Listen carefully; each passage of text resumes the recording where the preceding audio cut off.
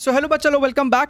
आप सभी का जुलाई अटेम्प्ट का रिस्पॉन्स शीट आ चुका है और मुझे उम्मीद है कि आप सभी ने अपने मार्क्स को कैलकुलेट कर लिया होगा। तो सबसे पहले चार्ट सेक्शन में सब कुछ छोड़ के वीडियो को अभी पॉज करके आप अच्छे से कमेंट करें कि आपका फिजिक्स, केमिस्ट्री, मैथमेटिक्स में फिलहाल के लिए क्या स्कोर बन रहा है और क्या आप इस चीज से सेटिस्फाइड है, क्या आपके साथ सब कुछ सही रहा या फिर कोई इश्यूज रहा था। When I am saying issues, I am talking about technical issues. I am not talking about कि आपसे कोई सवाल गलत हो गया है, सिली मिस्टेक आपसे हो गई थी।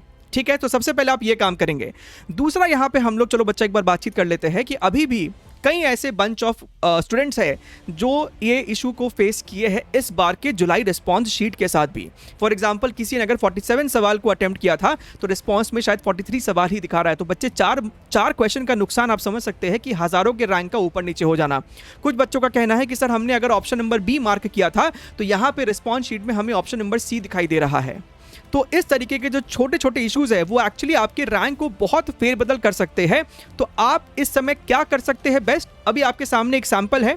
एक बच्चे के साथ भी ये अभी कल रात को इशू उसने ऑब्जर्व किया है और उस बच्चे ने यहाँ पे ध्यान से देखिए बड़े ही अच्छे से डिटेल तरीके में अपने इश्यूज को डॉक्यूमेंट किया है। क्योंकि जुलाई अटेम्प्ट में अगर एनटीए ने आपको कुछ सिखाया है तो ये भी सिखाया है कि अगर बेटा अगर आप चीज़ों को डॉक्यूमेंट नहीं करेंगे तो फिर एनटीए उस पर रिस्पॉन्स नहीं करने वाला है। आप सभी को पता था ना कि 30 जुलाई को एक और एग्जाम कराया गया था जहां पे सिर्फ और सिर्फ 200 से 250 बच्चों को ही वो अपॉर्चुनिटी दी गई थी। क्यों? क्योंकि उन्होंने चीज़ों को ईमेल किया था, डॉक्यूमेंट किया था। तो सबसे पहले आपका काम यहाँ पे ये होगा कि आप प्रॉपर तरीके से डिटेल वे में लिखेंगे कि आपका कौन सा क्वेश्चन आईडी था, आपने वहां पे क्या इश्यूज फेस किया है। फॉर एग्जांपल, इस बच्चे की अगर आप बात करेंगे तो यहाँ पे मैंने सारे डिटेल्स को छुपा दिया है, लेकिन आप यहाँ पे फॉर्मेट देख सकते हैं कि किस तरीके से इस बच्चे ने इसको मेल को एनटीए को सेंड किया था ऑन jemain@nta.ac.in। क्योंकि बहुत जरूरी है कि आपका जो कंसर्न है, आपका जो प्रॉब्लम है वो भारी मात्रा में उन तक पहुंचनी चाहिए, ताकि अगर कोई बैकएंड में टेक्निकल इशू है तो वो उसके ऊपर लुकआउट करे, वो उसके ऊपर ध्यान दे।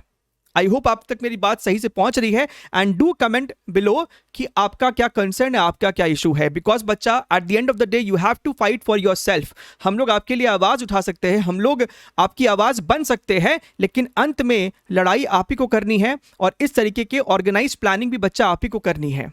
आई hope you will do this. Take care, wish you best of luck.